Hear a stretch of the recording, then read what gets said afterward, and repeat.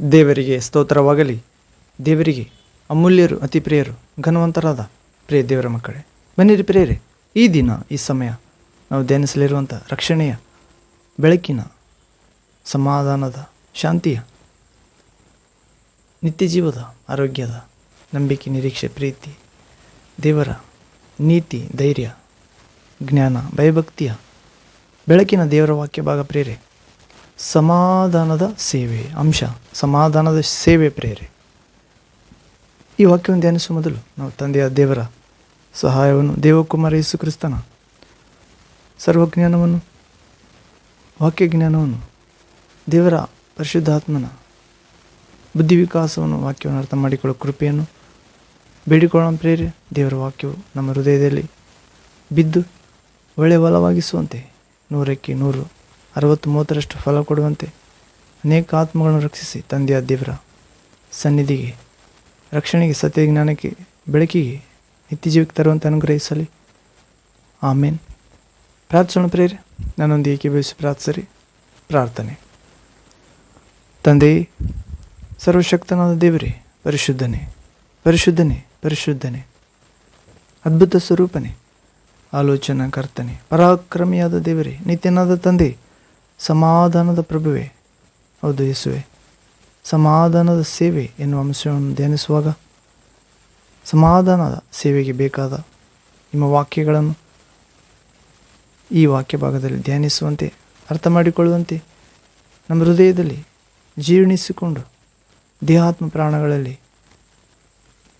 ಪಾಲಿಸುವಂತೆ, ನಿಮ್ಮ ರಾಜ್ಯಕ್ಕಾಗಿ, ನೀತಿಗಾಗಿ ಜೀವಿಸುವಂತೆ, ಲೋಕದಲ್ಲಿ ಬೆಳಕಾಗಿ, ಭೂಮಿ ಉಪ್ಪಾಗಿ ಜೀವಿಸುವಂತೆ, ಸಮಾಧಾನ ಪಡಿಸುವವರು ಧನ್ಯರು, ದೇವರ ಮಕ್ಕಳು ಎನಿಸಿಕೊಳ್ಳುವರು ಎನ್ನುವ ವಾಕ್ಯ ಭಾಗದಂತೆ ನಮ್ಮೆಲ್ಲರನ್ನು ಅನುಗ್ರಹಿಸ್ತಾ ಬರಬೇಕೆಂದು, ಹೀಗೆ ಶಾಂತಿದಾಯಕ ದೇವರೇ, ಈ ವಾಕ್ಯ ಭಾಗದಲ್ಲಿ ಬಂದಿರುವ ಪ್ರತಿಯೊಬ್ಬ ಮಗಳನ್ನು ನಿಮ್ಮ ಸಮಾಧಾನದ ಸೇವೆಗೆ ಪ್ರತಿಷ್ಠಾಪಿಸಬೇಕೆಂದು ಸ್ಪರ್ಶಿಸಿ, ಅಭಿಷೇಕಿಸಿ, ಶುದ್ಧ ಹೃದಯ, ಪರಿಶುದ್ಧಾತ್ಮ ಅನುಗ್ರಹಿಸಬೇಕೆಂದು, ಶಾಂತಿದಾಯಕ ದೇವರೇ, ಶೀಘ್ರವಾಗಿ ಸೈತಾನನನ್ನು, ಅವನ ಅನುಚರರನ್ನು ನಿಮ್ಮ ಮಕ್ಕಳಾದ ಸಮಾಧಾನದ ಸೇವೆಗೆ ಮಾಡಬೇಕೆಂದು ಇಷ್ಟಪಡುವ ಪ್ರತಿಯೊಬ್ಬ ಮಗಳನ್ನು ಜ್ಞಾಪಿಸಿಕೊಂಡು, ಸೈತಾನನನ್ನು ನಮ್ಮೆಲ್ಲರ ಕಾಲಕೆಳಗೆ ಹಾಕಿ ನಾಶ ಮಾಡುತ್ತಾ ಬರಬೇಕೆಂದು, ಅಂಥ ಅಧಿಕಾರ ನೀವು ನೀಡಿದ್ದಕ್ಕಾಗಿ ಸ್ತೋತ್ರ, ವಂದನೆ, ಆರಾಧನೆ, ಮಹಿಮೆ, ಕೃತಜ್ಞತೆ, ಧನ್ಯವಾದ ಸಲ್ಲಿಸುತ್ತಾ ಯೇಸು ಕ್ರಿಸ್ತ ಸರ್ವಾಧಿಕಾರ ನಾಮದಲ್ಲಿ ಪ್ರಾರ್ಥಿಸಿ ಬೇಡಿ ಹೊಂದಿದ್ದೇವೆ ತಂದೆ. ಆಮೇನ್, ಆಮೇನ್.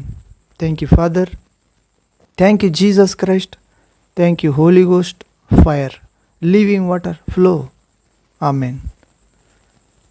ಹೌದು ಪ್ರೇರೆ, ಸಮಾಧಾನದ ಸೇವೆ ಎನ್ನುವ ಅಂಶವನ್ನು ಧ್ಯಾನಿಸಿಕೊಳ್ಳುವ ಮೊದಲು ನಾವು ಒಂದು ಆತ್ಮಿಕ ಗೀತೆಯನ್ನು ಹಾಡಿಕೊಂಡು ಸಿದ್ಧರಾಗೋಣ ಪ್ರೇರೆ.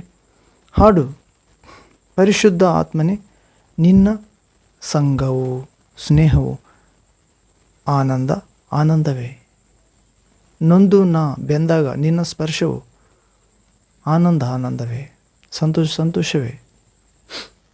ಹೌದು ಪ್ರೇರೆ, ನನ್ನೊಂದು ಏಕೀಭವಿಸಿ ಹಾಡಿರಿ.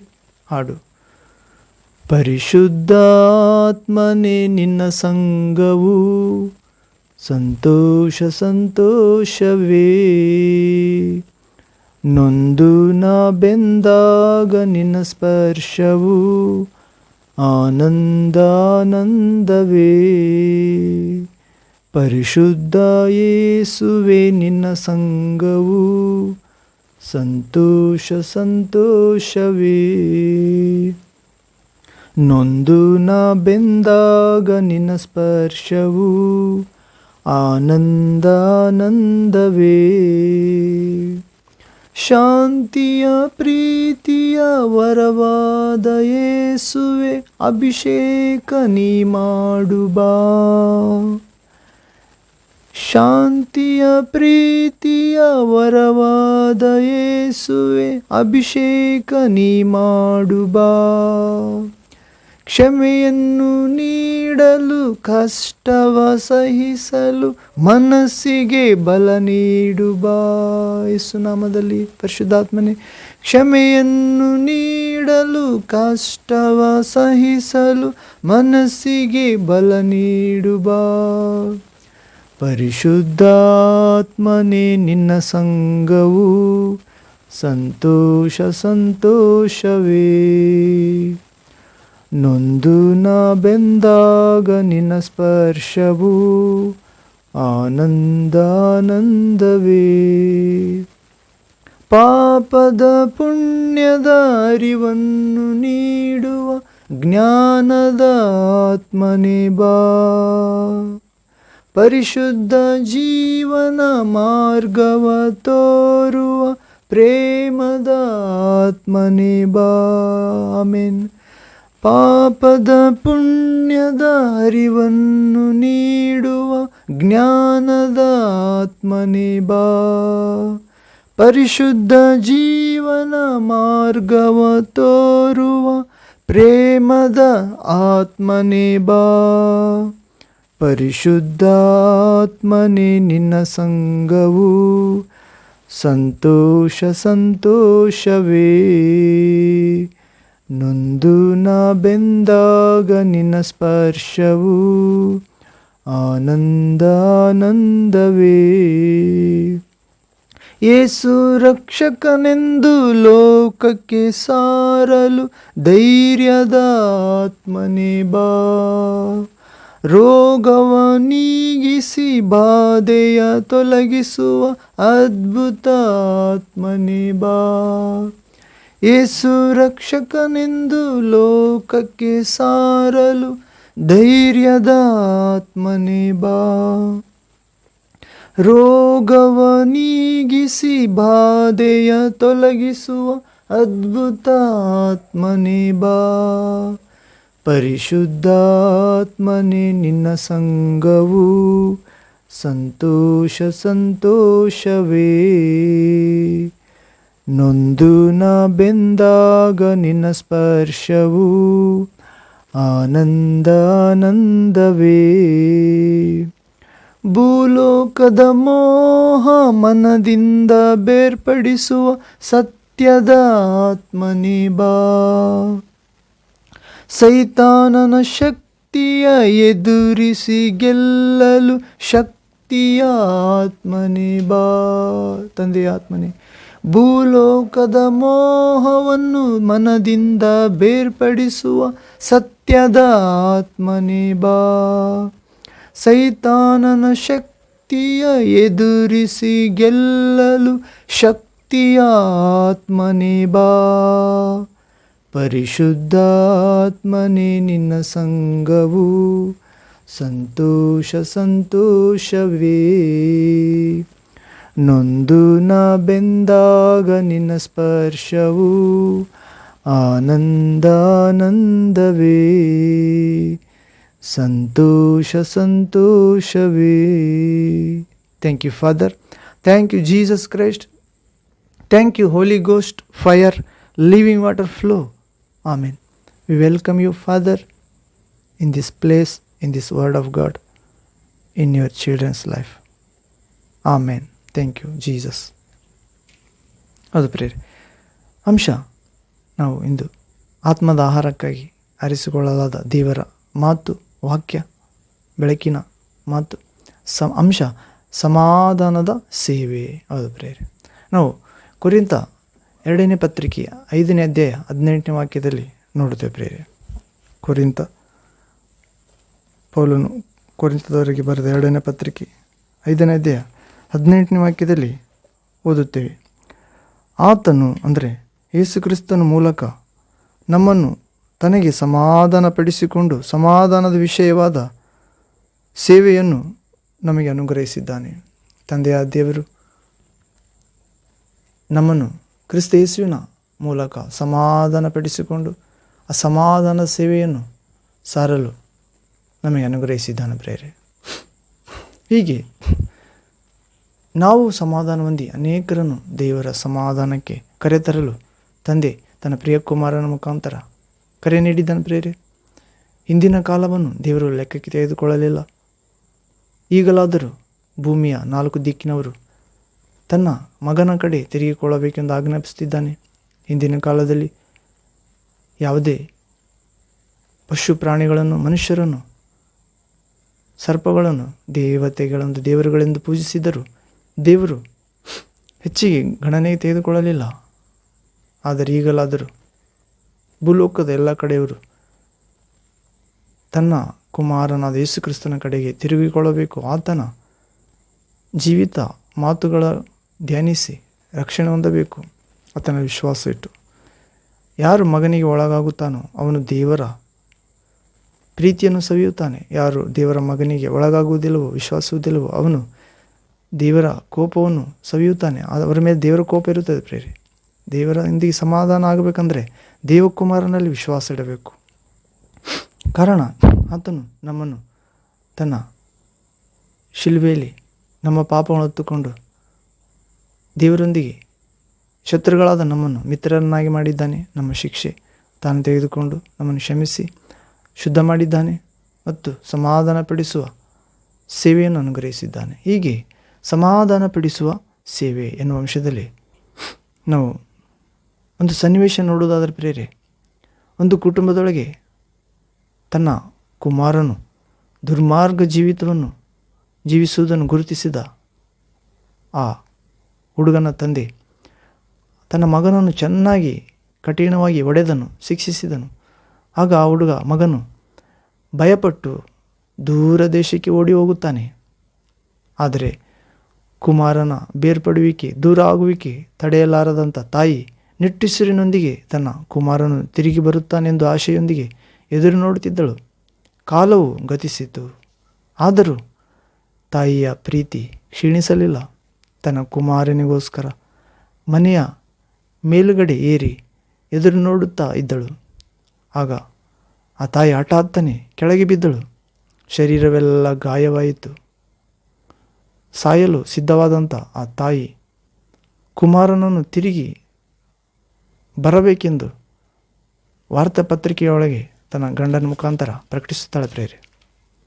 ಹೀಗೆ ಆ ವಾರ್ತಾಪತ್ರಿಕೆಯಲ್ಲಿ ಪ್ರಕಟಣೆ ಆಗಿದ್ದನ್ನು ನೋಡಿದ ಆ ಮಗನ ಹೃದಯ ಒಡೆದೋಯಿತು. ತನ್ನ ತಾಯಿಯನ್ನು ನೋಡಬೇಕೆಂಬ ಆಸೆ ಉಕ್ಕಿ ಹರಿಯಿತು. ಆದರೆ ಆತನು ತನ್ನ ತಂದೆಗೆ ಭಯಪಟ್ಟನು. ಆದರೂ ಕೂಡ ತನ್ನ ತಾಯಿಯನ್ನು ನೋಡಲೇಬೇಕೆಂದು ತನ್ನ ಮನೆಗೆ ಹೋಗಿ ಹಿಂದಿರುಗುತ್ತಾನೆ. ಆ ಮರಣದ ಹಾಸಿಗೆಯಲ್ಲಿರುವ ತಾಯಿಯನ್ನು ನೋಡಿ ಆಕೆಯನ್ನು ಅಪ್ಪಿಕೊಳ್ಳುತ್ತಾನೆ. ಆ ಮಗನು ಬಂದಿರುವುದನ್ನು ನೋಡಿದ ತಾಯಿ ಆಕೆಯ ಸಂತೋಷಕ್ಕೆ ಮೇರೆಗಳೇ ಇಲ್ಲ ಪ್ರೇರೆ.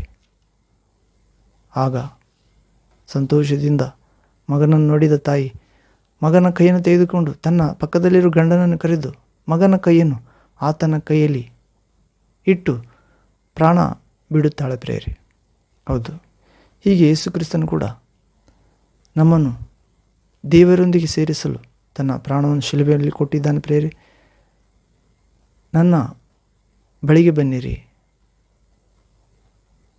ನಿಮಗೆ ವಿಶ್ರಾಂತಿ ಕೊಡುತ್ತೇನೆ. ನನ್ನ ನೊಗ ಹಗುರ, ನನ್ನ ಹೊರೆ ಸುಗಮ. ನನ್ನ ನೊಗವನ್ನು, ನನ್ನ ವಾಕ್ಯಗಳನ್ನು ನಿಮ್ಮ ಮೇಲೆ ತೆಗೆದುಕೊಂಡು ನನ್ನಲ್ಲಿ ಕಲಿತುಕೊಳ್ಳಿರಿ. ಹೌದು ಪ್ರೇರೆ. ಹೇಗೆ ಆ ತಾಯಿ ತನ್ನ ಮಗನ ಕೈಯನ್ನು ತನ್ನ ಗಂಡನ ಕೈಯಲ್ಲಿ ಕೊಟ್ಟು ಪ್ರಾಣ ಬಿಡುತ್ತಾಳೋ, ಹಾಗೆ ಯೇಸು ಕ್ರಿಸ್ತನು ಕೂಡ ನಮ್ಮನ್ನು ತಂದೆಯಾದ ದೇವರೊಂದಿಗೆ ಸೇರಿಸಲು, ದೇವರಿಗೆ ದೂರವಾಗಿದ್ದ ನಮ್ಮನ್ನು, ಶತ್ರುಗಳಾಗಿದ್ದ ನಮ್ಮನ್ನು ಮಿತ್ರರನ್ನಾಗಿಸಲು ಶಿಲುಬೆಯಲ್ಲಿ ಪ್ರಾಣ ಕೊಟ್ಟು ನಮ್ಮನ್ನು ತಂದೆಯೊಂದಿಗೆ ಸಮಾಧಾನ ಪಡಿಸಿದ್ದಾನೆ ಪ್ರೇರೆ. ಆ ಸಮಾಧಾನ ಸೇವೆಗೆ ನಮ್ಮೆಲ್ಲರನ್ನು ಕರೆದಿದ್ದಾನೆ.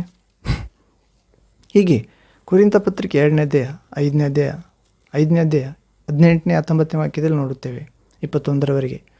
2 Corinthians chapter 5 verse 18 to 21 word. ಇಲ್ಲಿ 18ನೇ ವಾಕ್ಯದಿಂದ ನೋಡುವುದಾದರೆ 5ನೇ ಅಧ್ಯಾಯ 2 ಕೊರಿಂಥ 18ನೇ ವಾಕ್ಯ 18th ವರ್ಡ್. ಇಲ್ಲಿ 17ನೇ ವಾಕ್ಯದಿಂದ ಹೀಗಿರಲಾಗಿ ಯಾವನಾದರೂ ಕ್ರಿಸ್ತನಲ್ಲಿದ್ದರೆ ಅವನು ನೂತನ ಸೃಷ್ಟಿಯಾದನು, ಇಗೋ ಪೂರ್ವ ಸ್ಥಿತಿ ಹೋಗಿ ಎಲ್ಲ ನೂತನವಾಯಿತು, ಇದೆಲ್ಲ ದೇವರಿಂದ ಉಂಟಾದದ್ದು. ಹೌದು ಪ್ರೇರೆ. ಆತನು ಕ್ರಿಸ್ತನ ಮೂಲಕ ನಮ್ಮನ್ನು ತನಗೆ ಸಮಾಧಾನಪಡಿಸಿಕೊಂಡು, ದೇವರು ಕ್ರಿಸ್ತನ ಮೂಲಕ ನಮ್ಮನ್ನು ಸಮಾಧಾನಪಡಿಸಿಕೊಂಡಿದ್ದಾನಂತ ಪ್ರೇರೆ. ದೇವರು ಕ್ರಿಸ್ತನ ಮೂಲಕ, ಹೌದು, ಸಮಾಧಾನ ವಿಷಯವಾದ ಸೇವೆಯನ್ನು ನಮಗೆ ಅನುಗ್ರಹಿಸಿದ್ದಾನೆ. ಹೌದು, ಲೋಕವನ್ನು ಯೇಸು ಕ್ರಿಸ್ತನಲ್ಲಿ ಸಮಾಧಾನ ಪಡಿಸಿದ್ದಾನೆ ದೇವರು, ಅಥವಾ ಯೇಸು ಕ್ರಿಸ್ತನ ಮುಖಾಂತರ ದೇವರು ಮನುಷ್ಯರೊಂದಿಗೆ ಸಮಾಧಾನ ಹೊಂದಿದ್ದಾನೆ. ಆತನು ಹೊಂದಿದ ಗಾಯಗಳಿಂದ ಮನುಷ್ಯ ಕುಲವನ್ನು ಗುಣಪಡಿಸುತ್ತಿದ್ದಾನೆ. ಯೇಸು ಕ್ರಿಸ್ತನು ಸುರಿಸಿದ ರಕ್ತದಿಂದ ಮನುಷ್ಯರ ಪಾಪಗಳನ್ನು ಕ್ಷಮಿಸಿ ಬಿಡುಗಡೆ ಮಾಡುತ್ತಿದ್ದಾನೆ ಅಂಧಕಾರ ಅಧಿಪತಿ ವಶದಿಂದ. ಹೌದು, ಯಾರೆಲ್ಲ ಯೇಸುವನ್ನು ವಿಶ್ವಾಸಿಸಿದರು ಅವರಿಗೆ ದೇವರ ಮಕ್ಕಳಾಗುವ ಅಧಿಕಾರ, ಪಾಪ ಪರಿಹಾರ, ನಂಬಿಕೆ ವರ ದೊರಕುತ್ತದೆ ಪ್ರೇರೆ. ಹೀಗೆ ನಾವು 19ನೇ ವಾಕ್ಯ 19th word, 2 Corinthians chapter 5 verse 19th word. ಆ ಸಮಾಧಾನ ವಾಕ್ಯವೇನೆಂದರೆ, ದೇವರು ಮನುಷ್ಯರ ಅಪರಾಧಗಳನ್ನು ಅವರ ಲೆಕ್ಕಕ್ಕೆ ಹಾಕದೆ ಲೋಕವನ್ನು ಕ್ರಿಸ್ತನಲ್ಲಿ ತನಗೆ ಸಮಾಧಾನಪಡಿಸಿಕೊಳ್ಳುತ್ತಿದ್ದಾನೆಂಬುದೇ. ಅದನ್ನು ಸಾರುವ ಸೇವೆಗೆ ನಮ್ಮನ್ನು ನೇಮಿಸಿದ್ದಾನೆ. ಆದರೆ ಸಮಾಧಾನದ ಸೇವೆ ಎನ್ನುವ ಅಂಶದಲ್ಲಿ ಆ ಸಮಾಧಾನ ಸೇವೆ ಏನೆಂದರೆ, ದೇವರು ಮನುಷ್ಯರ ಅಪರಾಧಗಳನ್ನು ಅವರ ಲೆಕ್ಕಕ್ಕೆ ಹಾಕುತ್ತಿಲ್ಲ ಅಂತ ಪ್ರೇರೆ, ಹಾಕದೆ ಲೋಕವನ್ನು ಕ್ರಿಸ್ತನಲ್ಲಿ ತನಗೆ ಸಮಾಧಾನಪಡಿಸಿಕೊಳ್ಳುತ್ತಿದ್ದಾನೆಂಬುದೇ. ಹೌದು, ಲೋಕ ಅಂದರೆ ಕಣ್ಣಿನಾಶೆ, ಶರೀರದಾಶೆ, ಬದುಕು ಬಾಳಿನ ಡಂಬದಲ್ಲಿರುವ ಜನರು ಯೇಸು ಕ್ರಿಸ್ತನಲ್ಲಿ ವಿಶ್ವಾಸಿಸಿದಾಗ ಅವರ ಕಣ್ಣಿನಾಶೆಯಿಂದ ಉಂಟಾದ ಆ ಪಾಪದ ಶಾಪ, ಶರೀರದ ಇಚ್ಛೆಗಳಿಂದ ಉಂಟಾದ ಮತ್ತು ಬದುಕು ಬಾಳಿನ ಡಂಬದಿಂದ ಉಂಟಾದ ಆ ಸೈತಾನನ ಎಲ್ಲ ಅಪರಾಧಗಳು ಅವರ ಲೆಕ್ಕಕ್ಕೆ ಹಾಕದೆ ಯೇಸುವಿನ ಮೇಲೆ ಹಾಕುತ್ತಾನೆ ಮತ್ತು ಲೋಕದಲ್ಲಿರುವ ನಮ್ಮನ್ನು ಕ್ರಿಸ್ತನಲ್ಲಿ ತನಗೆ ಸಮಾಧಾನಪಡಿಸಿಕೊಳ್ಳುತ್ತಿದ್ದಾನೆ. ನಮ್ಮ ಶಾಪವನ್ನು ಯೇಸುವಿನ ಮೇಲೆ ಹಾಕಿ ಯೇಸುವಿನ ವಿಧೇಯತೆಯನ್ನು, ಪರಿಶುದ್ಧತೆಯನ್ನು, ಪಾಪ ಜ್ಞಾನವಿಲ್ಲದ ಜೀವಿತವನ್ನು, ಹೌದು ಪ್ರೇರೆ, ಶಾಪವಿಲ್ಲದ ಜೀವಿತವನ್ನು ನಮಗೆ ಅನುಗ್ರಹಿಸುತ್ತಿದ್ದಾನೆ. ದೇವರ ಮಕ್ಕಳ ಜೀವಿತ, ನಮ್ಮ ಜೀವಿತ ಯೇಸು ತೆಗೆದುಕೊಂಡ ನಮ್ಮ ಶಿಕ್ಷೆ ಮರಣ ದೇವರು ತನ್ನ ಮಗನ ಮೇಲೆ ಹಾಕಿದ ಸಮಾಧಾನದ ಪುತ್ರನ ಮೇಲೆ ಮತ್ತು ಸಮಾಧಾನ ಪುತ್ರನ ವಿಧೇಯತೆಯ ಆತ್ಮವನ್ನು ನಮಗೆ ನೀಡಿದ. ಹೀಗೆ ನಮ್ಮ ಆ ಸಮಾಧಾನದ ವಾಕ್ಯವೇನೆಂದರೆ, ದೇವರು ಮನುಷ್ಯರಾದ ನಮ್ಮ ಅಪರಾಧಗಳನ್ನು ನಮ್ಮ ಲೆಕ್ಕಕ್ಕೆ ಹಾಕದೆ ನಮ್ಮ ಅಕ್ರಮ ಜೀವಿತವನ್ನು ತೊಲಗಿಸಿ ಕ್ರಿಸ್ತನಲ್ಲಿ ತನಗೆ ಸಮಾಧಾನಪಡಿಸಿಕೊಳ್ಳುತ್ತಿದ್ದಾನೆಂಬುದೇ. ಅದನ್ನು ಸಾರುವ ಸೇವೆಗೆ ನಮ್ಮನ್ನು ನೇಮಿಸಿದ್ದಾನೆ. ಆದರೆ ಯೇಸು ಕ್ರಿಸ್ತನಲ್ಲಿ ವಿಶ್ವಾಸವಿಟ್ಟು ದೇವರೊಂದಿಗೆ ಸಮಾಧಾನವಾಗಿರಿ, ಇಲ್ಲದಿದ್ದರೆ ದೇವರಿಗೆ ಶತ್ರುಗಳಾಗುತ್ತೇವೆ. ಮತ್ತು ದೇವರ ಒಂದು ದಿನವನ್ನು ನೇಮಿಸಿದ್ದಾನೆ. ಆ ದಿನ ಬೆಂಕಿಯಂತೆ ಉದಯವಾಗುತ್ತದೆ. ಬುಡರೆಂಬೆಗಳು ಯಾವುದನ್ನು ಉಳಿಸುವುದಿಲ್ಲ, ಎಲ್ಲವೂ ಸುಟ್ಟು ಹೋಗುತ್ತದೆ. ಎಲ್ಲ ಮನುಷ್ಯರು ಒಟ್ಟಿನಂತಿದ್ದಾರೆ. ಸಮಯ ಸ್ವಲ್ಪ ಇದೆ. ಆದ್ದರಿಂದ ಸಮಾಧಾನದ ದೇವರ ಕುಮಾರನ ಬಳಿಗೆ ಬಂದು ದೇವರೊಂದಿಗೆ ಸಮಾಧಾನ ಆಗಿರಿ. ಮನುಷ್ಯರ ನಮ್ಮ ಅಪರಾಧಗಳನ್ನು ತನ್ನ ಮಗನ ಮೇಲೆ ಹಾಕಿದ, ನಮ್ಮ ಅಪರಾಧಗಳನ್ನು ಲೆಕ್ಕಕ್ಕೆ ತೆಗೆದುಕೊಳ್ಳದ, ಲೋಕದ ಇಚ್ಛೆಗಳಿಂದ ತುಂಬಿದ ನಮ್ಮನ್ನು ಕ್ರಿಸ್ತನಲ್ಲಿ ತನಗೆ ಸಮಾಧಾನಪಡಿಸಿಕೊಂಡು ಪರಿಶುದ್ಧರನ್ನಾಗಿ ಮಾಡುವ ದೇವರ ಬಳಿಗೆ ಬನ್ನಿರಿ. ಪ್ರೀತಿ ಸ್ವರೂಪನಾದ ದೇವರ ಬಳಿಗೆ ಬನ್ನಿರಿ. ಲೋಕದಲ್ಲಿರುವ ನಮ್ಮನ್ನು ಎಷ್ಟೋ ಹೆಚ್ಚಾಗಿ ಪ್ರೀತಿಸಿ ತನ್ನ ಮಗನನ್ನೇ ಬಲಿ ಕೊಟ್ಟಿರುವ, ಯಾರೊಬ್ಬರೂ ನಾಶವಾಗದೆ ನರಕಕ್ಕೆ ಹೋಗದೆ ನಿತ್ಯ ಜೀವ, ದೇವರ ಅಮರತ್ವದಲ್ಲಿ ಬೆಳಕಿನ ಲೋಕದಲ್ಲಿ ಮಹಿಮ ಶರೀರದಲ್ಲಿ ಪಾಲುಗಾರರಾಗುವ, ದೇವರ ಮಹಿಮೆಯನ್ನು ಕಣ್ಣು ಕಾಣದ ಕಿವಿ ಕೇಳದ ಮಾನವ ಹೃದಯ ಗ್ರಹಿಸದ ಅತಿಶಯ ಆನಂದಗಳನ್ನು ಅನುಭವಿಸಲೆಂದು ಯೇಸು ಕ್ರಿಸ್ತನಲ್ಲಿ ಸಮಾಧಾನಪಡಿಸಿದ್ದಾನೆ ಪ್ರೇರೆ. ಅದನ್ನು ಸಾರುವ ಸೇವೆಗೆ ನಮ್ಮನ್ನು ನೇಮಿಸಿದ್ದಾನೆ. ಹೀಗೆ ಸುವಾರ್ತೆ ಎನ್ನುವುದು ಸಮಾಧಾನದ ಸೇವೆ ಪ್ರೇರೆ. ನಮ್ಮ ಅಪರಾಧಗಳನ್ನು ನಮ್ಮಿಂದ ತೆಗೆದು ಯೇಸು ತೆಗೆದುಕೊಂಡ ಸೇವೆ. ನಮ್ಮ ಅಪರಾಧಗಳ ನಮ್ಮ ಲೆಕ್ಕಕ್ಕೆ ಹಾಕಲಿಲ್ಲ ದೇವರು. ಹೌದು, ಕ್ಷಮಿಸಿದ. ಕ್ರಿಸ್ತನಲ್ಲಿ ವಿಶ್ವಾಸ ಇಟ್ಟಿದ್ದರಿಂದ ತನ್ನೊಂದಿಗೆ ಸಮಾಧಾನಪಡಿಸಿಕೊಂಡ. ಹೀಗೆ 20ನೇ ವಾಕ್ಯ, ನಾವು ಕ್ರಿಸ್ತನ ರಾಯಭಾರಿಗಳಾಗಿದ್ದೇವೆ, ದೇವರೇ ನಮ್ಮ ಮೂಲಕ ಬುದ್ಧಿ ಹೇಳುವ ಹಾಗಾಯಿತು. ದೇವರೊಂದಿಗೆ ಸಮಾಧಾನವಾಗಿರೆಂದು ಕ್ರಿಸ್ತನ ಹೆಸರಿನಲ್ಲಿ ನಿಮ್ಮನ್ನು ಬೇಡಿಕೊಳ್ಳುತ್ತೇವೆ. ಹೌದು ಪ್ರೇರೆ, ಆ ಸಮಾಧಾನದ ವಾಕ್ಯವನ್ನು ಮನುಷ್ಯರ ಅಪರಾಧಗಳನ್ನು ಅವರ ಲೆಕ್ಕಕ್ಕೆ ಹಾಕದೆ ಇಂಥ ಲೋಕವನ್ನು ಕ್ರಿಸ್ತನಲ್ಲಿ ತನಗೆ ಸಮಾಧಾನಪಡಿಸಿಕೊಳ್ಳುತ್ತಿದ್ದಾನೆ ಎಂಬ ಸುವಾರ್ತೆಯನ್ನು ನಾವು ಸಾರಲು ನೇಮಿಸಿದ್ದಾನೆ ಪ್ರೇರೆ. ಹೀಗೆ ಸಾರುತ್ತಿರುವ ನೀನು, ನಾನು ಎಲ್ಲರೂ ಕ್ರಿಸ್ತ ಯೇಸುವಿನ ರಾಯಭಾರಿಗಳಾಗಿದ್ದೇವೆ. ದೇವರೇ ನಮ್ಮ ಮೂಲಕ ಬುದ್ಧಿ ಹೇಳುವಂತಾಯಿತು. ದೇವರೊಂದಿಗೆ ಸಮಾಧಾನವಾಗಿರೆಂದು ಕ್ರಿಸ್ತ ಹೆಸರಿನಲ್ಲಿ ನಿಮ್ಮನ್ನು ಬೇಡಿಕೊಳ್ಳುತ್ತೇನೆ ಎಂದು ಪೌಲನು ಹೇಳುತ್ತಿದ್ದಾನೆ. ನಾವು 21ನೇ ವಾಕ್ಯ 21st word, 2 Corinthians 5th chapter 21 word, 5ನೇ ಅಧ್ಯಾಯ 2 ಕೊರಿಂಥ 21ನೇ ವಾಕ್ಯ. ನಾವು ಆತನಲ್ಲಿ ದೇವರಿಗೆ ಸಮರ್ಪಕರಾದ ನೀತಿ ಸ್ವರೂಪಿಗಳಾಗುವಂತೆ ದೇವರು ಪಾಪ ಜ್ಞಾನವಿಲ್ಲದ ಆತನನ್ನು ನಮಗೋಸ್ಕರ ಪಾಪ ಸ್ವರೂಪಿಯಾಗಿ ಮಾಡಿದನು. ಹೌದು ಪ್ರೇರೆ, ದೇವರು ಮನುಷ್ಯರಾದ ನಮ್ಮ ಅಪರಾಧಗಳನ್ನು ನಮ್ಮ ಲೆಕ್ಕಕ್ಕೆ ಹಾಕದೆ ತನ್ನ ಕುಮಾರನ ಮುಖಾಂತರ ತನ್ನೊಂದಿಗೆ ಸಮಾಧಾನ ಪಡಿಸಿಕೊಂಡು, ಅಷ್ಟೇ ಅಲ್ಲ, ನಾವು ಯೇಸು ಕ್ರಿಸ್ತನಲ್ಲಿ ದೇವರಿಗೆ ಸಮರ್ಪಕವಾದ ನೀತಿ ಸ್ವರೂಪಿಗಳಾಗುವಂತೆ ದೇವರು ಪಾಪ ಜ್ಞಾನವಿಲ್ಲದ ಯೇಸುವನ್ನು ತನ್ನ ಮಗನನ್ನು ನಮಗೋಸ್ಕರ ಪಾಪ ಸ್ವರೂಪಿಯಾಗಿ ಮಾಡಿದನು. ಹೌದು ಪ್ರೇರೆ, ಎಷ್ಟು ತಂದೆ ಪ್ರೀತಿಸಿದ್ದಾನೆ ಅಂದರೆ ನಮ್ಮನ್ನು ತನ್ನವರನ್ನಾಗಿಸಿಕೊಳ್ಳಲು ತನ್ನ ಸ್ವಂತ ಕುಮಾರನನ್ನು ಪಾಪ ಸ್ವರೂಪಿಯನ್ನಾಗಿ, ಪಾಪ ನೀತಿ ಸ್ವರೂಪಿಯನ್ನಾಗಿ ಇದ್ದ ಪ್ರಭುವನ್ನು ಪಾಪ ಸ್ವರೂಪಿಯನ್ನಾಗಿ ಮಾಡಿದನು. ಹೌದು, ನಾವು ದೇವರಿಗೆ ನೀತಿ ಸ್ವರೂಪಿಗಳಾಗುವಂತೆ, ದೇವರಿಗೆ ಸಮರ್ಪಕರಾಗುವಂತೆ, ದೇವರ ರಾಯಭಾರಿಗಳಾಗುವಂತೆ, ದೇವರೊಂದಿಗೆ ಸಮಾಧಾನ ಆಗುವಂತೆ ಪಾಪ ಜ್ಞಾನವಿಲ್ಲದ ಯೇಸುವನ್ನು ದೇವರು ನಮಗೋಸ್ಕರ ಪಾಪ ಸ್ವರೂಪಿಯಾಗಿ ಮಾಡಿದನು. ಅದು ಪ್ರೇರೆ, ಹೀಗೆ ನಮ್ಮ ಅಪರಾಧಗಳನ್ನು ಅವರ ಲೆಕ್ಕಕ್ಕೆ, ಮನುಷ್ಯರ ಅಪರಾಧಗಳನ್ನು ಅವರ ಲೆಕ್ಕಕ್ಕೆ ಹಾಕದೆ ಲೋಕವನ್ನು ಕ್ರಿಸ್ತನಲ್ಲಿ ದೇವರು ತನಗೆ ಸಮಾಧಾನಪಡಿಸಿಕೊಳ್ಳುತ್ತಿದ್ದಾನೆ. ಹೌದು, ನಮ್ಮ ಅಪರಾಧ ಲೆಕ್ಕಕ್ಕೆ ತೆಗೆದುಕೊಳ್ಳುವುದಿಲ್ಲ ಅಂತ ಪ್ರೇರೆ. ಯೇಸುವಿನಲ್ಲಿ ವಿಶ್ವಾಸ ಇಟ್ಟಾಗ ನಮ್ಮ ಅಪರಾಧ ಎಂದರೆ ಕೊಲೆ, ದರೋಡೆ, ಬೇರೊಬ್ಬರ ಹೆಂಡತಿಯನ್ನು ದೋಚಿಕೊಂಡು ಹೋಗುವುದು, ಹಾಳು ಮಾಡುವುದು, ಲೂಟಿ ಮಾಡುವುದು, ಅಥವಾ ಅಕ್ರಮ ಜೀವಿತ ನಡೆಸುವುದು. ಅದು ಪ್ರೇರೆ, ಸಮಾಜ ಘಾತಕರಾಗಿ ಜೀವಿಸುವುದು, ಮರಣಾಂತಿಕರಾಗಿ, ಘಾತಕರಾಗಿ, ಕಳ್ಳರಾಗಿ, ಭೀಕರರಾಗಿ ಜೀವಿಸುವುದು ಎಲ್ಲ ಶಿಕ್ಷೆಗೂ ಅವರೇ ಅಪರಾಧಗಳನ್ನು ಮಾಡುವವರೆಂದು ಅರ್ಥ ಪ್ರೇರೆ.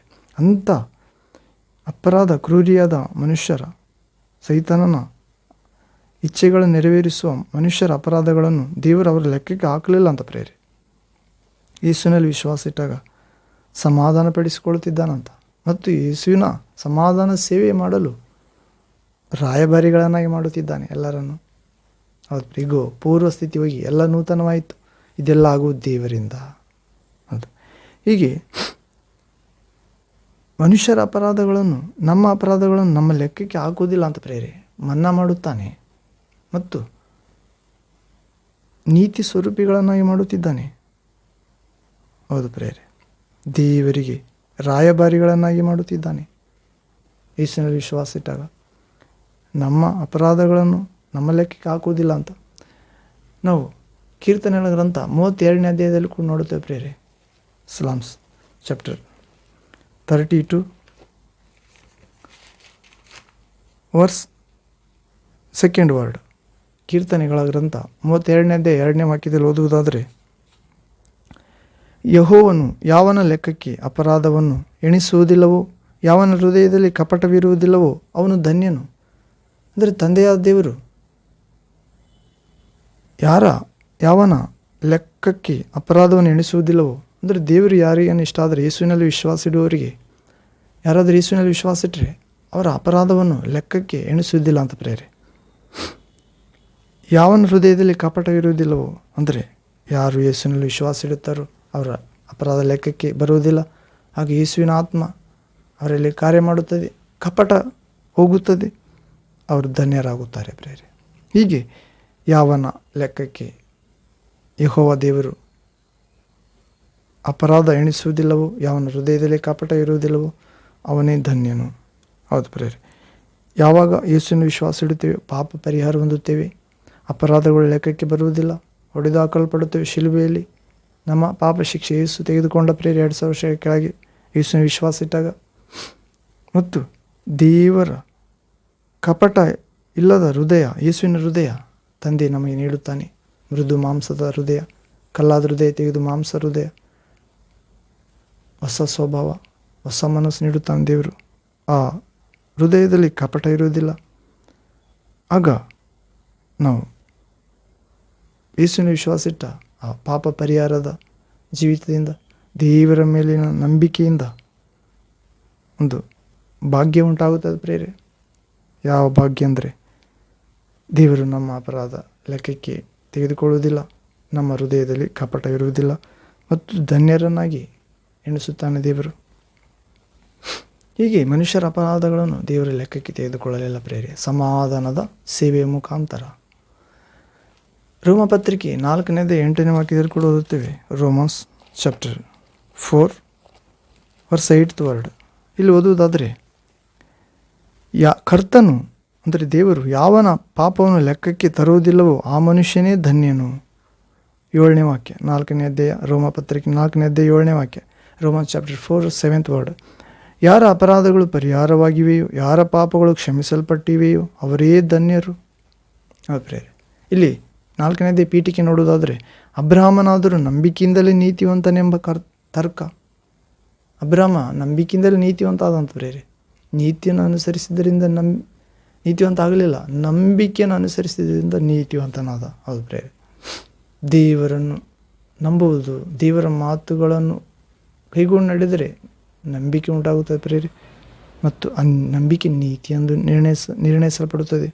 ಹೀಗೆ ನಮ್ಮ ಅಪರಾಧಗಳು ನಮ್ಮ ಲೆಕ್ಕಕ್ಕೆ ಯಾವಾಗ ಹಾಕುವುದಿಲ್ಲ ಎಂದರೆ, ನಾವು ದೇವರ ಮಾತುಗಳನ್ನು ನಂಬಿದಾಗ, ನಡೆದಾಗ ನೀತಿವಂತರಾಗುತ್ತೇವೆ. ಆಗ ದೇವರು ನಮ್ಮ ಅಪರಾಧಗಳು ಪರಿಹರಿಸುತ್ತಾನೆ, ನಮ್ಮ ಪಾಪವನ್ನು ಕ್ಷಮಿಸಲಾಗುತ್ತದೆ. ಹೀಗೆ ನಮ್ಮ ಪಾಪವನ್ನು ಲೆಕ್ಕಕ್ಕೆ ತರುವುದಿಲ್ಲ ದೇವರು. ಆಗ ಅಂಥ ಮನುಷ್ಯರೇ ಧನ್ಯರೆಂದು ಪೌಲನು ಹೇಳುತ್ತಿದ್ದಾನೆ. ಹೀಗೆ ಮತ್ತು ಕೊರಿಂಥ 1ನೇ ಪತ್ರಿಕೆ 13ನೇ ಅಧ್ಯಾಯ 5ನೇ ವಾಕ್ಯದಲ್ಲಿ ಕೂಡ ಓದುತ್ತೇವೆ.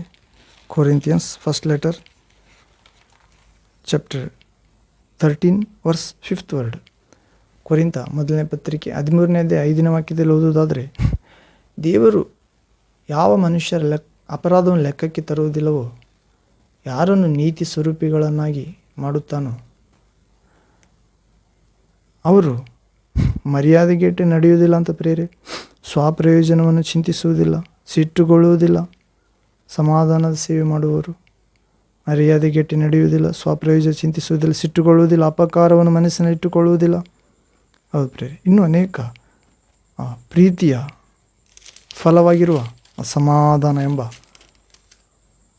ಫಲ, ಮಗು, ಪ್ರೀತಿ ಎಂಬ ತಂದೆ ತಾಯಿಯ ಸಮಾಧಾನ ಎಂಬ ಮಗು ಪ್ರೇರೆ.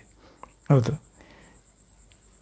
ಪ್ರೀತಿಯ ಅನೇಕ ಸುಗುಣಗಳು ಇಲ್ಲಿ ಬರೆಯಲ್ಪಟ್ಟಿವೆ. ಅದರಲ್ಲಿ 5ನೇ ವಾಕ್ಯ ನೋಡುವುದಾದರೆ 13ನೇ ಅಧ್ಯಾಯ 1ನೇ ಕೊರಿಂಥ 13ನೇ ಅಧ್ಯಾಯ 5ನೇ ವಾಕ್ಯ, ದೇವರು ಯಾರ ಲೆಕ್ಕಕ್ಕೆ ಅಪರಾಧ ಎಣಿಸುವುದಿಲ್ಲ. ಯಾರು ಯೇಸುವಿನಲ್ಲಿ ವಿಶ್ವಾಸ ಇಟ್ಟುತ್ತಾರೋ ದೇವರೊಂದಿಗೆ ಸಮಾಧಾನವಾಗುತ್ತಾರೆ ಪ್ರಿಯರ. ಆ ಸಮಾಧಾನವಾದಂಥವರು ಮರ್ಯಾದೆಗೆಟ್ಟು ನಡೆಯುವುದಿಲ್ಲ ಅಂತ. ಇನ್ನು ಮೇಲೆ ಮೊದಲು ಮರ್ಯಾದೆಗೆಟ್ಟು ನಡೆಯುತ್ತಿದ್ದರು ಅಪರಾಧಿಗಳಾದಾಗ. ಸ್ವಪ್ರಯೋಜನ ಚಿಂತಿಸುವುದಿಲ್ಲ ಅಂತ ಪ್ರೇರೆ. ಸಮಾಧಾನವಾದವರು, ಸಮಾಧಾನ ಸೇವೆ ಮಾಡುವರು.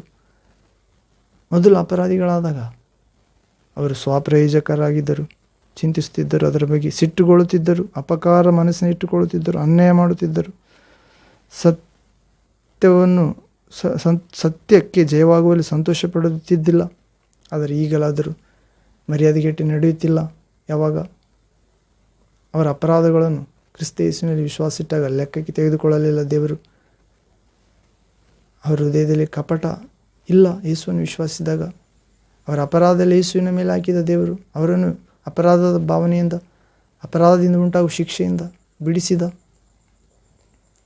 ಯೇಸುವಿನ ವಿಶ್ವಾಸವಿಡುವ ಪ್ರತಿಯೊಬ್ಬನು ನಾಶವಾಗದೆ ನಿತ್ಯ ಜೀವ, ಯೇಸುವಿನ ಜೀವದಿಂದ ಬದುಕಬೇಕೆಂದು ನಮ್ಮ ಕಷ್ಟ, ಸಂಕಟ, ದೋಷ, ಅಪರಾಧ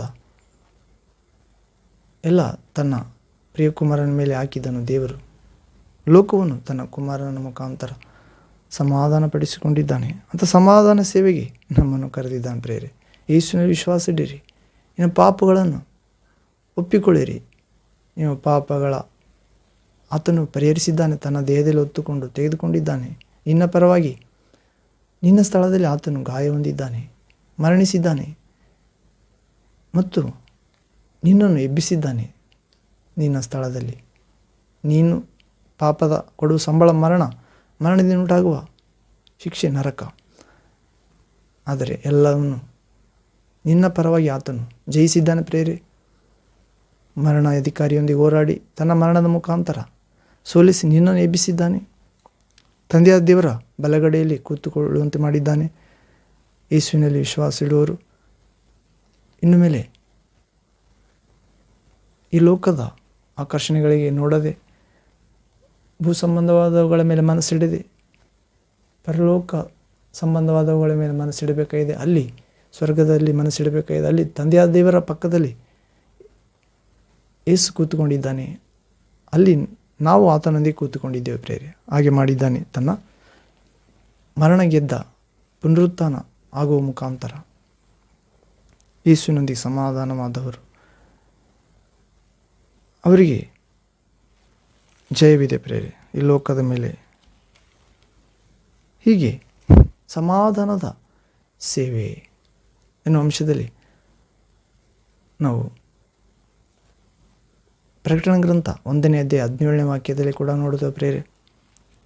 ಪ್ರಕಟಣೆ ಗ್ರಂಥ, hallelujah, thank you Jesus, praise to Jesus, worship you lord.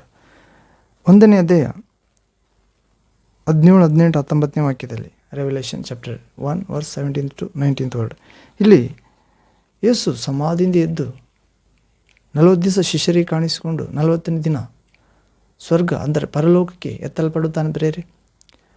ಕೆಲ ತಿಂಗಳು ವರ್ಷ ನಂತರ ಯೇಸುವಿನ ಆಪ್ತ ಶಿಷ್ಯನನ್ನು ಯೇಸು ಒಂದು ಪೆತ್ಮೋಸ್ ಎಂಬ ದ್ವೀಪದಲ್ಲಿ ಸುವಾರ್ತೆ ಹೇಳುತ್ತಿರುವಾಗ ಅಲ್ಲಿ ಬಂಧಿತನಾಗಿರುತ್ತಾನೆ. ಆತನ ಆತ್ಮವನ್ನು ದೇವಕುಮಾರ ಯೇಸು ಕ್ರಿಸ್ತನು, ರಕ್ಷಕನಾದ ದೇವರು ಪರವಶವಾಗಿ ತೆಗೆದುಕೊಂಡು ಹೋಗಿ ಸ್ವರ್ಗದಲ್ಲಿ ತೆಗೆದುಕೊಂಡು ಹೋಗಿ ಪ್ರಕಟಣಾ ಗ್ರಂಥವನ್ನು ಬರೆಸುತ್ತಾನೆ. ಆ ಬರೆಸುವಾಗ ಪ್ರಪ್ರಥಮವಾಗಿ ಸ್ವರ್ಗದಲ್ಲಿ ಯೋಹಾನ, ಯೇಸುವಿನ ಆಪ್ತ ಶಿಷ್ಯ, ಹೃದಯ ಪ್ರಿಯನಾದ ಶಿಷ್ಯ, ತನ್ನ ಆತ್ಮ, ದೇವರ ಆತ್ಮ ಪರವಶವಾಗಿ ಸ್ವರ್ಗದಲ್ಲಿ ಸೇರಿದಾಗ 17ನೇ ವಾಕ್ಯ 17th ವರ್ಡ್ ನೋಡುತ್ತೇವೆ. ಏನಾಯ್ತಂದರೆ ಆತ್ಮದಲ್ಲಿ ಹೇಳುತ್ತಿದ್ದಾನೆ ಯೋಹಾನನು, ನಾನು ಆತನನ್ನು ಕಂಡಾಗ ಸತ್ತವನ ಹಾಗೆ ಆತನ ಪಾದಗಳ ಮುಂದೆ ಬಿದ್ದೆನು. ಹೌದು ಪ್ರಿಯ, ಪರಲೋಕದಲ್ಲಿ ಯೇಸುವಿನ ದಿವ್ಯ ದರ್ಶನ ಉಂಟಾಯಿತು ಆಪ್ತ ಶಿಷ್ಯ ಯೋಹಾನನಿಗೆ. ದೇವರ ಮಹಿಮೆ ಧರಿಸಿಕೊಂಡ ಯೇಸುವನ್ನು ನೋಡಿದನು. ದೇವರ ಸಿರಿ ಪದವಿಯನ್ನು ಬಿಟ್ಟು ಬಂದ ಮತ್ತು ಆ ಪದವಿಗೆ ಸೇರಿಕೊಂಡ ಯೇಸುವನ್ನು ದರ್ಶಿಸಿದನು. ಆಗ ಆತನನ್ನು ಕಂಡಾಗ ಸತ್ತವನಾಗಿ ಆತನ ಪಾದಗಳ ಮುಂದೆ ಬಿದ್ದನಂತ ಪ್ರೇರೆ. ಆಗ ಯೇಸು ಆತನು ತನ್ನ ಬಲಗೈಯನ್ನು ನನ್ನ ಮೇಲಿಟ್ಟು, ಹೆದರಬೇಡ, ನಾನು ಮೊದಲನೆಯವನು ಕಡೆಯವನು, ಸದಾ ಜೀವಿಸುವವನಾಗಿದ್ದೇನೆ. ಯೋಹಾನನು ಯೇಸುವನ್ನು ನೋಡುತ್ತಲೇ ತನ್ನ ಆತ್ಮ, ದೇವರಾತ್ಮ ತುಂಬಿಕೊಂಡವನಾಗಿ ಸ್ವರ್ಗಕ್ಕೆ ದೇವರಾತ್ಮ ಯೋಹಾನನ ಆತ್ಮವನ್ನು ತೆಗೆದುಕೊಂಡು ಹೋದಾಗ ಅಲ್ಲಿ ಪ್ರಪ್ರಥಮವಾಗಿ ಆತನ ಆತ್ಮ ಸ್ವರ್ಗದಲ್ಲಿ ನೋಡಿದ್ದು ಯೇಸುವನ್ನು. ಆತನನ್ನು ನೋಡಿದಾಗ ಸತ್ತವನಾಗಿ ಆತನ ಪಾದಗಳ ಮುಂದೆ ಬಿದ್ದನಾತ್. ಅಷ್ಟು ಪ್ರಕಾಶ, ಅಷ್ಟು ಮಹಿಮೆ, ಅಷ್ಟು ತೇಜಸ್ಸು, ಅಷ್ಟು ಬಲ. ಆಗ ಯೇಸು ಯೋಹಾನನನ್ನು ನೋಡಿ ಆತನ ಮೇಲೆ ತನ್ನ ಬಲಗೈಯನ್ನು ಇಟ್ಟನಂತ ಪ್ರೇರೆ. ಹೆದರಬೇಡ ಅಂತ ಹೇಳಿದಂತ, ಮತ್ತು ನಾನು ಮೊದಲೆಯವನೇ ಕಡೆಯವನು, ಸದಾ ಜೀವಿಸುವವನಾಗಿದ್ದೇನೆ. ಹೌದು ಪ್ರಿಯ, ಯೇಸು ಸದಾ ಜೀವಿಸುವ ಆತನಾಗಿದ್ದಾನೆ. ಆತನ ವಿಶ್ವಾಸ ಇಡುವನು ಕೂಡ ಸದಾ ಜೀವಿಸುತ್ತಾನೆ. ಆತನು ಜೀವಿಸುವುದರಿಂದ ನಾವು ಜೀವಿಸುತ್ತೇವೆ. 18ನೇ ವಾಕ್ಯ, ಸತ್ತವನಾದೆನು ಮತ್ತು ಯುಗ ಯುಗಾಂತರಗಳಲ್ಲಿಯೂ ಬದುಕುವವನಾಗಿದ್ದೇನೆ.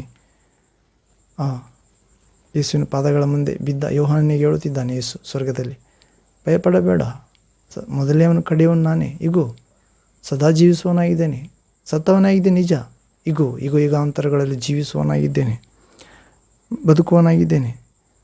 ಮರಣದ ಮತ್ತು ಪಾತಾಳದ ಬೀಗದ ಕೈಗಳು ನನ್ನಲ್ಲಿಯವೆ. ನೋಡ್ರಿ, ಮರಣದ ಮತ್ತು ಪಾತಾಳದ ಬೀಗದ ಕೈಗಳು. ಮರಣ ಅಂದರೆ ಸೈತಾನನೊಂದಿಗೆ ಹೋರಾಡಿ ಸೈತಾನ ಮರಣಾಧಿಕಾರಿಯಾಗಿದ್ದ.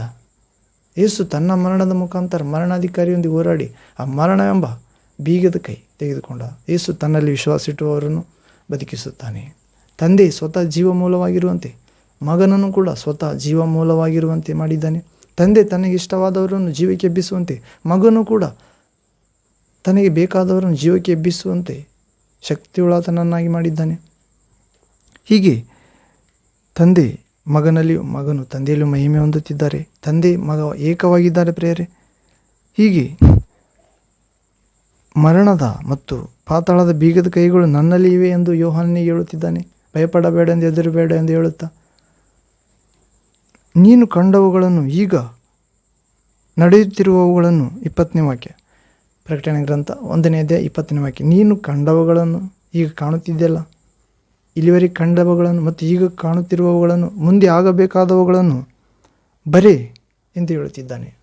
ಭೂತ, ವರ್ತಮಾನ, ಭವಿಷ್ಯತ್ ಕಾಲಗಳಲ್ಲಿ ನಡೆಯುವವುಗಳನ್ನು ಬರೆ ಎಂದು ಪರಲೋಕದಲ್ಲಿ ದೇವಕುಮಾರನು ತನ್ನ ಮಹಿಮೆಯಲ್ಲಿ ತನ್ನ ಆಪ್ತ ಶಿಷ್ಯನಿಗೆ ದರ್ಶನ ಕೊಡುವ ಮುಖಾಂತರ ಎತ್ತಲ್ಪಟ್ಟು ಮುಂದೆ ಆಗುವ ಸಂಗತಿಗಳನ್ನು ತಿಳಿಸುತ್ತಿದ್ದಾನೆ ಪ್ರೇರೆ. ಹೌದು, ಸಮಾಧಾನದ ಸೇವೆ.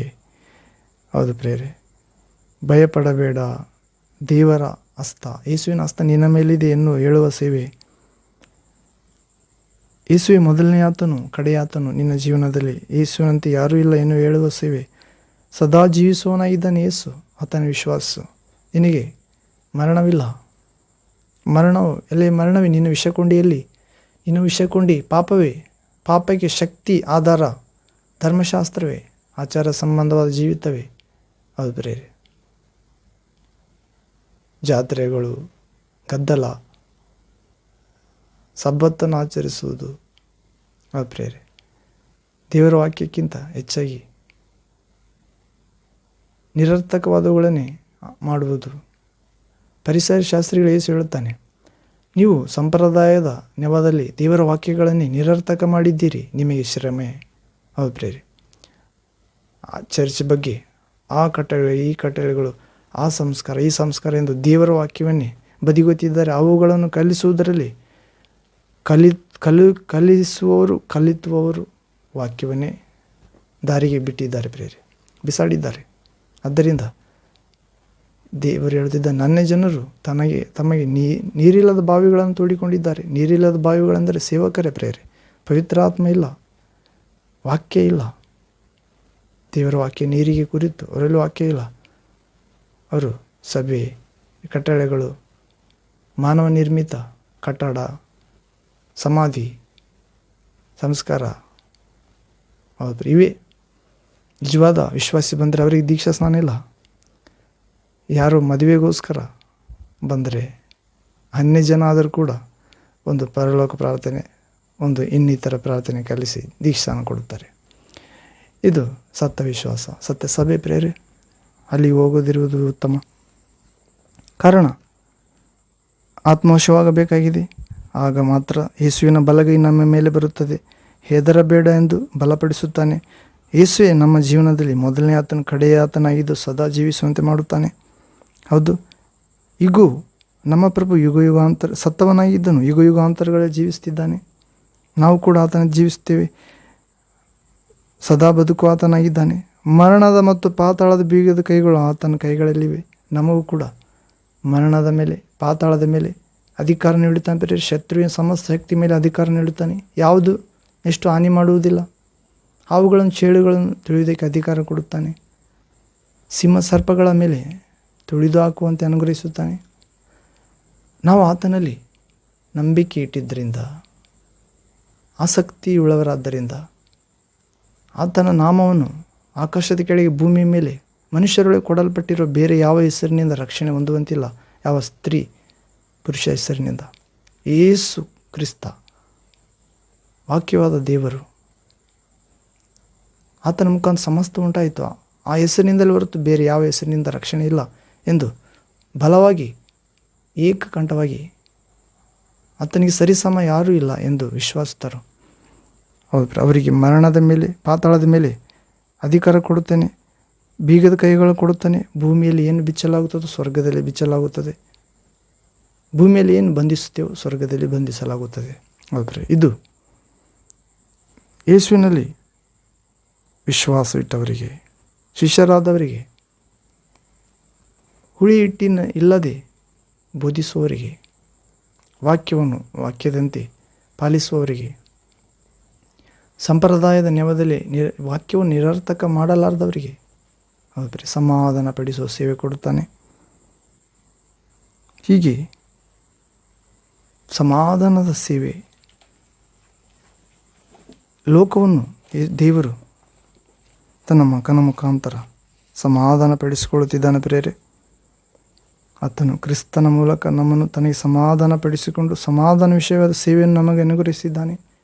ಆ ಸಮಾಧಾನದ ವಾಕ್ಯವೇನೆಂದರೆ, ದೇವರು ಮನುಷ್ಯರಾದ ನಮ್ಮ ಎಲ್ಲರ ಅಪರಾಧಗಳನ್ನು ನಮ್ಮ ಲೆಕ್ಕಕ್ಕೆ ಹಾಕದೆ ಲೋಕವೆಲ್ಲವನ್ನು ಕ್ರಿಸ್ತನಲ್ಲಿ ತನಗೆ ಸಮಾಧಾನ ಪಡಿಸಿಕೊಳ್ಳುತ್ತಿದ್ದಾನೆ ಎಂಬುದೇ. ಅದನ್ನು ಸಾರುವ ಸೇವೆಗೆ ನಿನ್ನನ್ನು ನನ್ನನ್ನು ನೇಮಿಸಿದ್ದಾನೆ. ನಾವು ಕ್ರಿಸ್ತನ ರಾಯಭಾರಿಗಳಾಗಿದ್ದೇವೆ. ದೇವರೇ ನಮ್ಮ ಮೂಲಕ ಲೋಕದವರಿಗೆ ಬುದ್ಧಿ ಹೇಳುವಂತಾಗಿದೆ. ದೇವರೊಂದಿಗೆ ಸಮಾಧಾನವಾಗಿರೆಂದು ಲೋಕಕ್ಕೆ ಕ್ರಿಸ್ತನ ಹೆಸರಿನಲ್ಲಿ ಬೇಡಿಕೊಳ್ಳಬೇಕಾಗಿದ್ದೇವೆ. ನಾವು ಯೇಸು ಕ್ರಿಸ್ತನಲ್ಲಿ ದೇವರಿಗೆ ಸಮರ್ಪಕವಾದ ನೀತಿ ಸ್ವರೂಪಿಗಳಾಗುವಂತೆ ದೇವರು ಪಾಪ ಜ್ಞಾನವಿಲ್ಲದ ಯೇಸು ಕ್ರಿಸ್ತನನ್ನು ನಮ್ಮೆಲ್ಲರಿಗೋಸ್ಕರ ಪಾಪ ಸ್ವರೂಪಿಯಾಗಿ ಮಾಡಿದನು. ಹೌದು ಪ್ರೇರೆ. 6ನೇ ಅಧ್ಯಾಯ 1ನೇ ವಾಕ್ಯ ನೋಡೋದಾದರೆ 2ನೇ ಕೊರಿಂಥ 6ನೇ ಅಧ್ಯಾಯ 1ನೇ ವಾಕ್ಯ 6th chapter 2 Corinthians 1st word. ನಾವು ಯೇಸು ಕ್ರಿಸ್ತನೊಂದಿಗೆ ಕೆಲಸ ನಡೆಸುವವರಾಗಿದ್ದು ನೀವು ಹೊಂದಿದ ದೇವರ ಕೃಪೆಯನ್ನು ವ್ಯರ್ಥ ಮಾಡಿಕೊಳ್ಳಬೇಡಿರೆಂದು ವಿಚಾರಿಸುತ್ತೇವೆ. ಹೌದು, ಅಂದರೆ ಯೇಸುವನ್ನು ವಿಶ್ವಾಸಿಸುವ ಆ ಒಂದು ಕೃಪೆ, ಯೇಸುವೆ ಸತ್ಯದೇವ ನಿತ್ಯ ಜೀವವು ನಮ್ಮ ಅಪರಾಧಗಳನ್ನು ನಮ್ಮ ಲೆಕ್ಕಕ್ಕೆ ಹಾಕದಂತೆ ದೇವರೊಂದಿಗೆ ಸಮಾಧಾನ ಪಡಿಸಿದಾತನು ಮತ್ತು ಸಮಾಧಾನ ಸೇವೆಗೆ ನಮ್ಮನ್ನು ಕರೆದಾತನು, ತನ್ನ ರಾಯಭಾರಿಗಳನ್ನಾಗಿ ಮಾಡಿದಾತನು ಎಂಬ ಈ ದೇವರ ಕೃಪೆಯನ್ನು ನಾವು ವ್ಯರ್ಥ ಮಾಡಿಕೊಳ್ಳಬಾರದೆಂದು ಆ ಪೌಲನು ಕೇಳಿಕೊಳ್ಳುತ್ತಿದ್ದಾನೆ ಪ್ರೇರೆ. ಹೀಗೆ ನಾವು ಯೇಸು ಕ್ರಿಸ್ತನೊಂದಿಗೆ ಕೆಲಸ ನಡೆಸುವವರಾಗುತ್ತೇವೆ ಪ್ರೇರೆ. ನಾವು ಹೊಂದಿದ ವಿಶ್ವಾಸ ಎಂಬ ರಕ್ಷಣೆ ಎಂಬ ಸತ್ಯದ ಜ್ಞಾನವೆಂಬ ಪರಿಶುದ್ಧ ಜೀವಿತ ಎಂಬ ನಿತ್ಯ ಜೀವದ ಮಾರ್ಗ ಎಂಬ ಕೃಪೆಯನ್ನು ವ್ಯರ್ಥ ಮಾಡಿಕೊಳ್ಳದಂತೆ ಎಚ್ಚರವಾಗಿರೋಣ. ಪ್ರಸನ್ನತೆಯ ಕಾಲದಲ್ಲಿ ದೇವರು ನಮ್ಮ ಮನವಿಯನ್ನು ಕೇಳಿದನು, ರಕ್ಷಣೆ ದಿನದಲ್ಲಿ ನಮಗೆ ಸಹಾಯ ಮಾಡಿದನು ಎಂದು ದೇವರು ಹೇಳುತ್ತಾನಲ್ಲ. 2ನೇ ವಾಕ್ಯ 6ನೇ ಅಧ್ಯಾಯ 2ನೇ ಕೊರಿಂಥ 2ನೇ ವಾಕ್ಯ. ಇದೇ ಆ ಪ್ರಸನ್ನತೆಯ ಕಾಲ, ಈಗಲೇ ಇದೇ ಆ ರಕ್ಷಣೆಯ ದಿನ ಎಂದು ದೇವರ ವಾಕ್ಯ ಹೇಳುತ್ತಿದೆ. ಅಂತ ಸಮಾಧಾನದ ಸೇವೆ, ಪ್ರಸನ್ನತೆಯ ಸೇವೆ, ರಕ್ಷಣೆಯ ದಿನದ ಸೇವೆ ಪ್ರಭು ನಮ್ಮೆಲ್ಲರಿಗೆ ಈಗಲೇ ಹಿಂದೆ ನೀಡಲಿ ದೇವಚಿತ್ತಂತೆ. ಆಮೇನ್ ಆಮೇನ್. ಪ್ರೇರೆ ಪ್ರಾರ್ಥನೆ ಮಾಡಿಕೊಂಡು ಮುಕ್ತಾಯ ಮಾಡಿಕೊಂಡು ಪ್ರಾರ್ಥನೆ. ತಂದೆಯೇ, ಸರ್ವಶಕ್ತ ದೇವರೇ, ಪರಿಶುದ್ಧನೇ ಪರಿಶುದ್ಧನೇ ಪರಿಶುದ್ಧನೇ ಇರುವಾತನೇ, ವಾಕ್ಯವಾದ ದೇವರೇ, ಸಮಾಧಾನದ ಸೇವೆ ಎನ್ನುವ ಅಂಶವನ್ನು ಧ್ಯಾನಿಸಿದೆವು ತಂದೆ. ಮನುಷ್ಯರ ಅಪರಾಧಗಳನ್ನು ದೇವರು ಅವರ ಲೆಕ್ಕಕ್ಕೆ ಹಾಕದೆ ಲೋಕವನ್ನು ಕ್ರಿಸ್ತನಲ್ಲಿ ತನ್ನೊಂದಿಗೆ ಸಮಾಧಾನ ಪಡಿಸಿಕೊಳ್ಳುತ್ತಿದ್ದಾನೆ ಎನ್ನುವ ಸೇವೆಗೆ ನಮ್ಮನ್ನು ಕರೆದಿದ್ದಾರೆ ತಂದೆ. ನೀವು ಕರೆದಿದ್ದಾರೆ, ಅದಕ್ಕಾಗಿ ಸ್ತೋತ್ರ. ಅಂತ ಸಮಾಧಾನ ಸೇವೆ ಮಾಡಲು ನಮ್ಮೆಲ್ಲರನ್ನು ನಿಮ್ಮ ಸುವಾರ್ತೆಯ ಪ್ರಕಾಶದಿಂದ, ಪರಿಶುದ್ಧಾತ್ಮ ಎಂಬ ವಾಕ್ಯವಾದ ದೇವರೆಂಬ ಪ್ರಕಾಶದಿಂದ ತುಂಬಬೇಕೆಂದು, ಕ್ರಿಸ್ತನಾತ್ಮ ನೀಡಿ ನಿಮ್ಮ ಕ್ರಿಸ್ತನವರಾಗಿಸಬೇಕೆಂದು, ಹೀಗೆ ಮಾಡಿ ಸಮಾಧಾನದ ದೇವರೇ ನಿಮ್ಮ ಮಕ್ಕಳಾಗಿಸಿ ಇಹಲೋಕ ಅಧಿಪತಿಯ ಮೇಲೆ, ಎಲ್ಲ ಅಂಧಕಾರದ ಶಕ್ತಿಗಳ ಮೇಲೆ ನಾವು ದೊಡ್ಡ ಬೆಳಕಾಗಿ ದೊರೆತನ ಮಾಡುವಂತೆ, ನಿತ್ಯ ಜೀವ ಪರಿಪೂರ್ಣತೆಯಿಂದ ತುಂಬಿಕೊಳ್ಳುವಂತೆ ಅನುಗ್ರಹಿಸಬೇಕೆಂದು ಯೇಸು ಕ್ರಿಸ್ತ ಸರ್ವಾಧಿಕಾರ ನಾಮದಲ್ಲಿ ಪ್ರಾರ್ಥಿಸುತ್ತೇವೆ. ಬೆಳಕಾದ ದೇವರೇ, ಸರ್ವಶಕ್ತನೇ ಇರುವಾತನೇ. Amen amen. Thank you father, thank you Jesus Christ, thank you Holy Ghost, fire, living water flow. Amen. ಅದು ಪ್ರೇರೆ ಸಮಾಧಾನದ ಸೇವೆ. ದೇವರು ನಮ್ಮನ್ನು ಯೇಸು ಕ್ರಿಸ್ತನ ಮುಖಾಂತರ ಸಮಾಧಾನ ಪಡಿಸಿಕೊಂಡು ಆ ಸಮಾಧಾನ ಪಡಿಸುವ ಸೇವೆಯನ್ನು ನಮಗೆ ಅನುಗ್ರಹಿಸಿದ್ದಾನೆ. ಆ ಸಮಾಧಾನ ಪಡಿಸುವ ಸೇವೆ ಯಾವುದಂದರೆ, ದೇವರು ಮನುಷ್ಯರ ಅಪರಾಧಗಳನ್ನು ಅವರ ಲೆಕ್ಕಕ್ಕೆ ಹಾಕದೆ ಕ್ರಿಸ್ತನಲ್ಲಿ ಅವರನ್ನು ತನ್ನೊಂದಿಗೆ ಸಮಾಧಾನ ಪಡಿಸಿಕೊಂಡಿದ್ದಾನೆ. ನಮ್ಮ ಅಪರಾಧ, ಅತಿಕ್ರಮ, ದೋಷ, ಅಪರಾಧ ತನ್ನ ಮಗನ ಮೇಲೆ ಹಾಕಿದ್ದಾನೆ ಪ್ರೇರೆ. ನಮ್ಮ ನರಕ ಶಿಕ್ಷೆಯನ್ನು ಮಗನ ಮೇಲೆ ಹೊರಿಸಿದ್ದಾನೆ. ಆತನ ಮಗನನ್ನು ಜಜ್ಜಿದ್ದಾನೆ. ಆತನ ಮಗನಲ್ಲಿ ವಿಶ್ವಾಸ ಇಡುವುದಾದರೆ ನಮ್ಮ ಮೇಲೆ ಇರುವ ಕೋಪ ಮಗನ ಮೇಲೆ ಹೋಗಿದೆ. ನಾವು ಮಗನಿಗೆ ಒಳಗಾಗಿದ್ದೇವೆ. ದೇವರ ಕೃಪೆಯನ್ನು ಸವಿಯುತ್ತೇವೆ. ಯಾರು ಮಗನಿಗೆ ಒಳಗಾಗುತ್ತಾರೋ ಅವರು ದೇವರ ಪ್ರೀತಿಯನ್ನು ಸವಿಯುತ್ತಾರೆ, ರಕ್ಷಣೆಯನ್ನು ಆ ಜೀವ ಸವಿಯುತ್ತಾರೆ. ಮಗನಲ್ಲಿರುವ ವಿಧೇಯತೆಯ, ಸಮಾಧಾನದ, ಆ ಕಪಟವಿಲ್ಲದ, ಆ ಪಾಪ ಕ್ಷಮಾಪಣೆಯ, ಪಾಪ ಪರಿಹಾರದ ನಂಬಿಕೆ ಜೀವಿತ ನಿತ್ಯ ಜೀವ ಅವ್ರು ಪ್ರೇರಿ. ಹೀಗೆ ದೇವರು ನಮ್ಮೆಲ್ಲರನ್ನು ಯೇಸು ಕ್ರಿಸ್ತನ ಮುಖಾಂತರ ಸಮಾಧಾನಪಡಿಸಿಕೊಳ್ಳಲಿ, ಸಮಾಧಾನದ ಸೇವೆಗೆ ನಮ್ಮೆಲ್ಲರನ್ನು ಅನುಗ್ರಹಿಸಲಿ. ಯೇಸು ಕ್ರಿಸ್ತ ನಾಮದಲ್ಲಿ ತಂದೆ, ಆಮೇನ್ ಆಮೇನ್. ಪ್ರೇರ್ ಮತ್ತೊಂದು ವಾಕ್ಯ ಭಾಗದ ದೇವಚಿತ್ತವರು ಭೇಟಿಯಾಗೋಣ. ಅಲ್ಲಿವರೆಗೆ ತಂದೆಯ ದೇವರ ಪ್ರೀತಿಯು, ಯೇಸು ಕ್ರಿಸ್ತನ ಮಹಾಕೃಪೆಯು, ದೇವರ ಪರಿಶುದ್ಧಾತ್ಮನ ನಿತ್ಯ ಜೀವ ಸನ್ನಿಧಿ, ಬಿಡುಗಡೆ, ಜಯ, ಆಶೀರ್ವಾದ, ಆರೋಗ್ಯ, ಭಾಗ್ಯ, ರಕ್ಷಣೆ, ಸತ್ಯ, ಸ್ವತಂತ್ರ ನಮ್ಮೊಂದಿಗಿರಲಿ ಯಾವಾಗಲೂ. ಯೇಸು ಕ್ರಿಸ್ತ ನಾಮದಲ್ಲಿ ತಂದೆ, amen amen. King of kings and Lord of lords, glory, hallelujah.